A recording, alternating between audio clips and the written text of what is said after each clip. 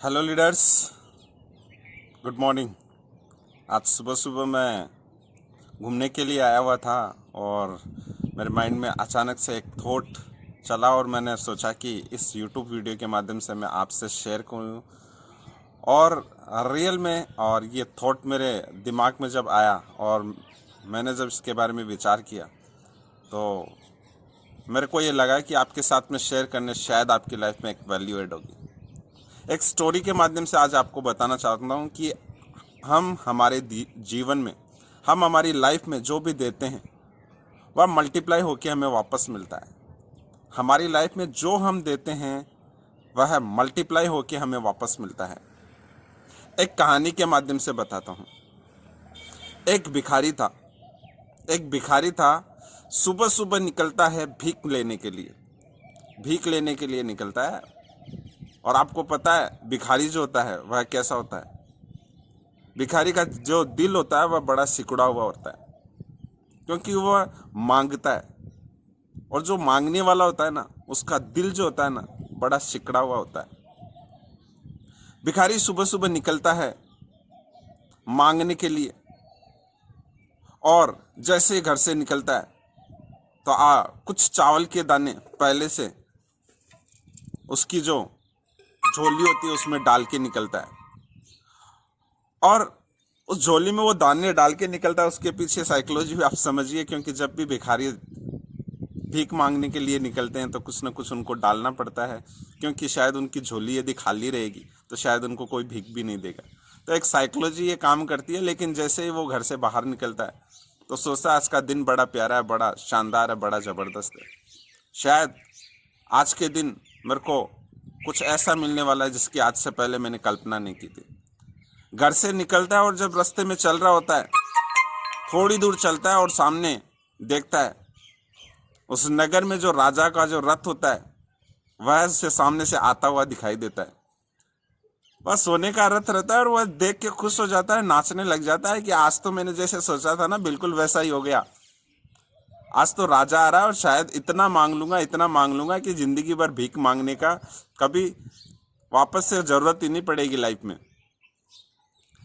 लेकिन जैसे ही राजा का रथ नजदीक आता है भिखारी के पास में, तो भिखारी कुछ बोले उससे पहले राजा बोलता है कि आज सुबह सुबह मैं नगर में निकला हुआ हूँ और आपको पता है नगर पे बहुत बड़ा संकट आने वाला है। लेकिन ये संकट टल सकता है। आज सुबह मैं निकला हूँ तो मेरे को किसी विद्वान ने बताया कि जो पहला भिखारी जो मिलेगा वह आपको यदि कोई दान दे देगा, कुछ भी वो आपको दे देगा, तो शायद नगर पे जो संकट आया वो टल सकता है। भिखारी सुन के हक्का बक्का रह गया। बोले मैं मांगने वाला था और ये उल्टा मेरे से ही सामने जो राजा है वो मांग रहा था। और आपको पता है जिस भिखारी ने जिंदगी भर मांगा हो, उस भिखारी को यदि देने की बात आ जाए तो क्या गुजरती होगी। अपनी लाइफ में भी ऐसे बहुत सारे लोग हमें मिलते हैं जो केवल लेने की सोचते हैं, वो कभी देने की सोचते नहीं है। वो कि हमेशा केवल लेना चाहते हैं, वो कभी देना नहीं चाहते। और जो लेते रहते हैं उनको कभी कभी देने की यदि बात आ जाए तो क्या होता है, प्राण निकल जाते हैं। और उस दिन उसको पता चलता है कि यार वाकई में मैं जो रोजाना भीख मांगता हूँ, जो रोजाना भीख मेरे को देते हैं, उनके ऊपर रोजाना क्या गुजरती होगी। लेकिन राजा ने कह दिया तो राजा को मना भी नहीं कर सकता। झोली में मुट्ठी डाल के वापस खाली हाथ निकाल ले, फिर से डाले, फिर से खाली हाथ, यानी देने का मन नहीं हो रहा था। राजा दिल की बात समझ गया भिखारी की और बोला कि आप मेरे को नहीं देना चाहते तो आप मेरे को मना कर सकते हैं, लेकिन आप देना चाहते हैं तो चाहे मेरे को एक, आपके पास में जो भी है, चावल है, गेहूं है, आप केवल एक दाना देके भी अपने दान को पूरा कर सकते हैं। बड़ी सोच विचार के बाद में दिल पे पत्थर रख के वह भिखारी राजा को एक दाना निकाल के दे देता है। और देखिए पूरा दिन भर उस एक दाना जो देता है उसके लिए वह मातम मना रहता है। आज तो सुबह सुबह का दिन ऐसा गया कि मुझे एक ऐसा राजा मिल गया जिसको मेरे को आज सुबह सुबह देना पड़ गया। कहाँ मैं सोच रहा था कि मैं शायद मेरी सारी जिंदगी की परेशानियां खत्म हो जाएगी, और यहाँ पे राजा ही ऐसा मिला जिसको सुबह सुबह देना पड़ गया। सुबह जब निकलता है उसके बाद में भीख मांगने के लिए, उसे बहुत कुछ मिलता है, जाता है वहां पे उसको भीख मिल जाती है, लेकिन पूरे दिन मलाल क्या रहता है? पूरे दिन मलाल ये रहता है, यार राजा मिला था, उसने एक दाना ले लिया। पूरी झोली भरी हुई है लेकिन वो एक दाना कम है, वो एक दाना कम है। पूरे दिन भर भीख मांगने के बाद में जब शाम को घर पे आता है, शाम को घर पे आने के बाद में बीवी बोलती है आज तो खूब सारा दान लेके आए हो, लेकिन फिर भी आप इतने नाराज क्यों दिख रहे हो? आज इतने हताश क्यों दिख रहे हो? आज चेहरे पे इतनी सिकन और मायूसी क्यों है? पति घटना के बारे में बताता है कि मैं निकलता हूं तो मेरे को राजा मिलते हैं और मेरे से आज उन्होंने दान मांग लिया और मैं उनको चावल का दाना मैं उनको देना पड़ गया। झोली भरी हुई है लेकिन इसमें शायद चावल का एक दाना और ज्यादा हो सकता था। दोनों पति पत्नी बात करते हैं, लेकिन जैसे ही झोली रहती है उसको वह उड़ेलते हैं।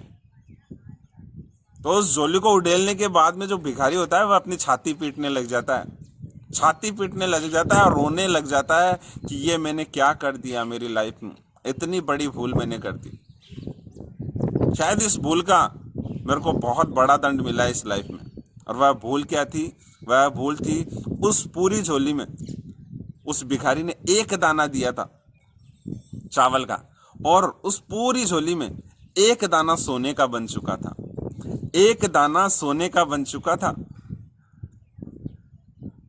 भिखारी सोच रहा था शायद मुट्ठी भर यदि मैं राजा को दान दे देता तो कितने सारे चावल के दाने सोने के हो जाते। लेकिन कहते हैं ना, अब पछताए होत क्या जब चिड़िया चुग गई खेत। तो यही अपनी लाइफ में होता है। मैं आपको इस वीडियो के माध्यम से केवल इतना सा संदेश देना चाह रहा था। सुबह सुबह आज बैठा था, आपसे बात करने का मन हुआ कि आपको आपकी लाइफ में वो ही मिलता है, वो नहीं मिलता। आपको आपकी लाइफ में वो मल्टीप्लाई होके मिलता है जो आप देते हैं। इसलिए अपनी लाइफ में आप लोगों को देना स्टार्ट कीजिए, आप प्यार देना स्टार्ट कीजिए, मान सम्मान देना स्टार्ट कीजिए। आपके पास में जो है ना वो आप देना स्टार्ट कीजिए, आप मदद करना स्टार्ट कीजिए, और आप देखेंगे जितना आप देंगे ना, जितना आप देंगे उतनी आपको खुशी होगी, उतनी आपको खुशी होगी। और आपके पास में जो आप देते हैं वो मल्टीप्लाई होके मिलता है। और आपको बता दूं, देने वाला जो रहता है वो हमेशा राजा होता है, सम्राट होता है, और जो लेने वाला होता है वो भिखारी होता है। तो अपनी लाइफ में हमेशा देने वाले बनिए। Thank you so much, thank you.